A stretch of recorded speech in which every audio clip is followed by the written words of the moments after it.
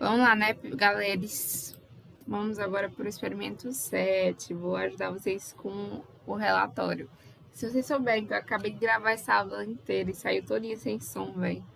Meu Deus, eu tô tendo que regravar isso, cara. Mas enfim, como eu já expliquei muito lá no dia do experimento, e eu espero que vocês tenham anotado, além de ter a teoria explicada no roteiro, eu não vou me prender muito aqui a teoria. Eu vou ficar mais focada nos cálculos que vocês têm que fazer, tá?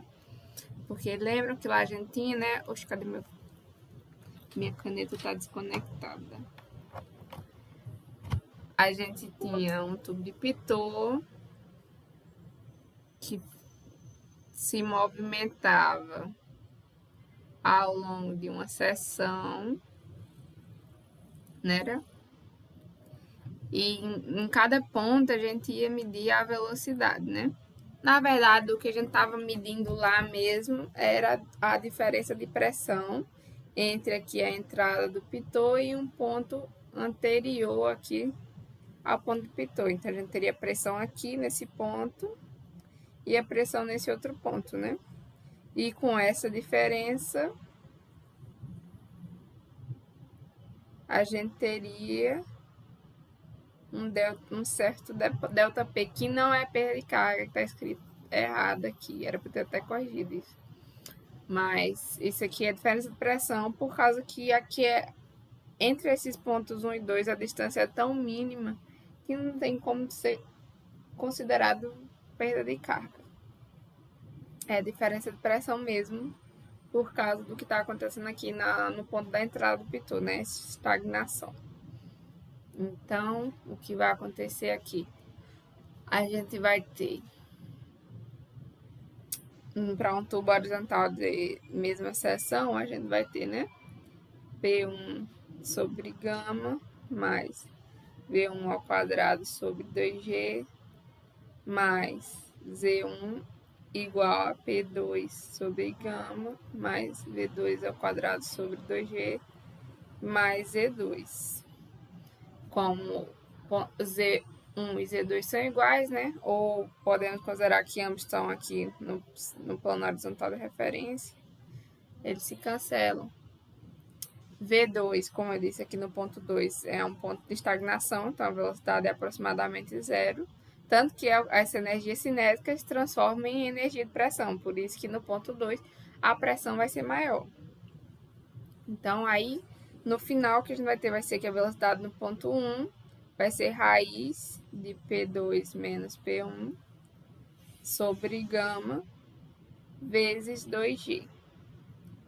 Se eu chamar P2 menos P1 sobre gama de H, eu vou ter no final que a velocidade vai ser igual a raiz de 2GH, certo? Essa aqui vai ser a velocidade que vocês vão calcular lá para cada posiçãozinha do pitot. Essa é a parte inicial aqui. Depois que vocês vão fazer é traçar uma curva, né? Da velocidade vezes a posição do pitot, que aqui a gente está chamando de raio, que vai ser mais ou menos assim, uma vez que a velocidade no centro da seção tende a ser maior, tende a ser a máxima. Então, vocês vão obter um gráfico mais ou menos assim. Lembrem de colocar, pelo amor de Deus, o raio ou a posição do pitot no eixo Y, porque senão vocês vão ter um gráfico assim. Não é assim, é desse jeito, porque eu quero observar como é que se comporta a velocidade ao longo da seção, né? Então, depois de fazer isso, o que vocês vão fazer? Plotar em papel monológico perfil adimensional vezes velocidade sobre velocidade de atrito versus N experimental juntamente com a expressão 4. Ok, então o que a gente vai fazer aqui? Primeiro a gente vai ter que calcular esse V sobre V asterisco e esse N. E lembrando que isso aqui vai ser só para a vazão máxima, tá? Não vamos fazer para a vazão mínima. Então, eu também expliquei isso lá, vou só dar uma relembrada, que a gente tinha lá um trecho de 1 metro, onde a gente media as pressões em 2 pontos distantes entre si de 1 metro, em 1 metro, né? Com essa diferença de pressão aqui,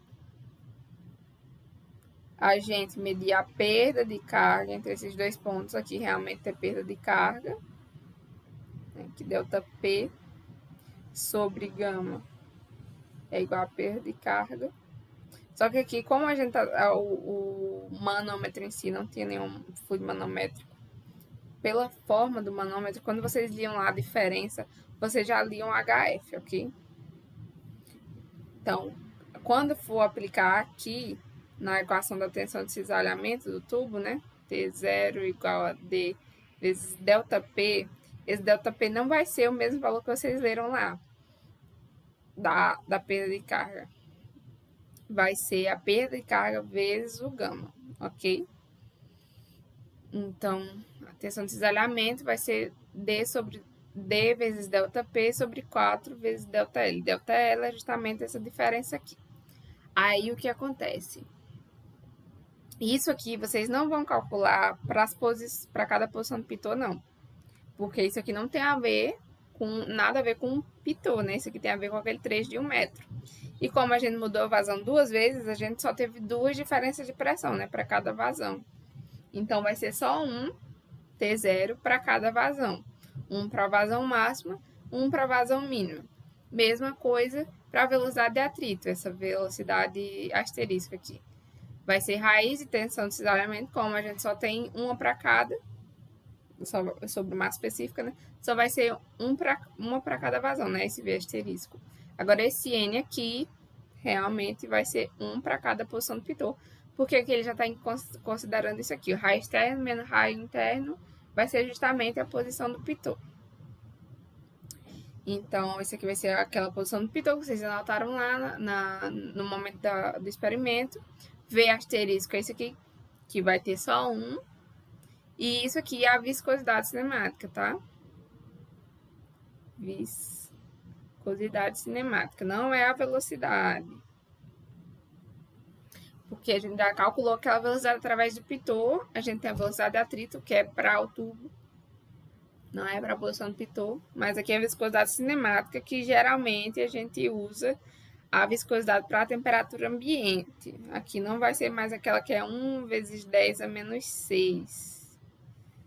A gente vai usar aqui 8 vezes 10 a menos 7 metros quadrados por segundo, ok?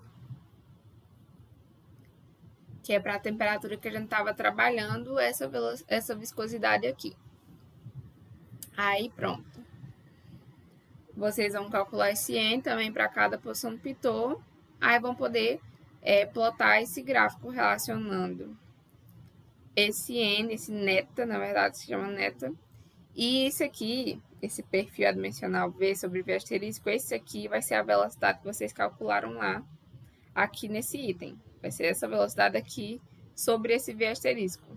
Então, como tem uma velocidade dessa aqui para cada posição do pitô, vocês vão calcular esse V sobre V asterisco para cada posição. Quando eu mostrar no Excel, fica melhor para vocês. Estou só dando uma explicada prévia. E, por fim, vocês vão calcular a velocidade média por integração do perfil de velocidade através dessa equação aqui. Não tenho o que explicar, eu vou direto ao ponto que aqui quer mostrar no Excel como é que vocês vão fazer isso, tá? Então, vamos lá. Aqui, esse H que eu coloquei já é a diferença de pressão entre os dois pontos, né? O ponto anterior ao tubo de pitô e o ponto no tubo de pitô. Isso aqui já é a diferença de pressão em milímetros, tá? Aí, eu calculei a velocidade com aquela equação lá, né? Da raiz, da diferença de pressão. Peraí. Sobre massa específica, vezes 2, ok? Aqui, ó, a perda de carga, só para aquele trecho de 1 metro, que em algumas tabelas é chamado de HE, e que eu botei 7 milímetros. Isso aqui é a perda de carga, tá? Como aqui eu vou estar usando a diferença de pressão para essa equação aqui do tensão de cisalhamento, eu vou precisar multiplicar por 10.000, que é o peso específico da água. Mas como isso aqui está em milímetros, eu vou ter que multiplicar por 10.000 e dividir por 1.000. Por isso que quando eu fiz os cálculos aqui, ó, eu só fiz multiplicar por 10. Vocês entenderam, né? Que multiplicar por 10.000 e dividir por 1.000, eu só fiz multiplicar por 10 e aplicar essa equação aqui, ok? E eu não vou mandar a tabela com as fórmulas, que aí também é demais, né? Aí eu fiz também tudo para vazão mínimo, mas como vocês sabem, não é necessário, só para vazão máximo, tá? Aí, aqui a velocidade, ok? O N, eu disse que era a raiz, que N é a raiz, não, tô confundindo. O N, que vai ser a posição do pitô, né? Eu dividi por 1000 aqui, por causa que tá em milímetros, vezes a velocidade de atrito sobre a viscosidade cinemática. Eu botei tudo aqui fixadinho. Aí calculei para cada posição do pitô. E depois peguei essa velocidade aqui que eu calculei através da equação lá do pitô e dividi pela velocidade de atrito aqui, ó, tá? Essa daqui. Ó, dividi para todos. E depois calculei novamente, agora com essa equação aqui, que é mais para fazer uma comparação, né? Ó, veja que estão parecidos entre si aqui os valores, tá? Fiz isso para os dois, mas não precisa. Depois vocês vão fazer como pede, traçar um perfil, uma curva, um gráfico, relacionando esse N, neta, e esse V sobre V asterisco, esse que vocês calcularam, ok? Depois, calcular a velocidade média através da integração do perfil de velocidade, né? Com essa equação aqui. Então, o que é que eu vou calcular? Vou calcular isso aqui para cada uma das posições de pitô. Depois, vou somar tudo e multiplicar por 2π. Vocês vão ver. Vou fazer aqui. Igual.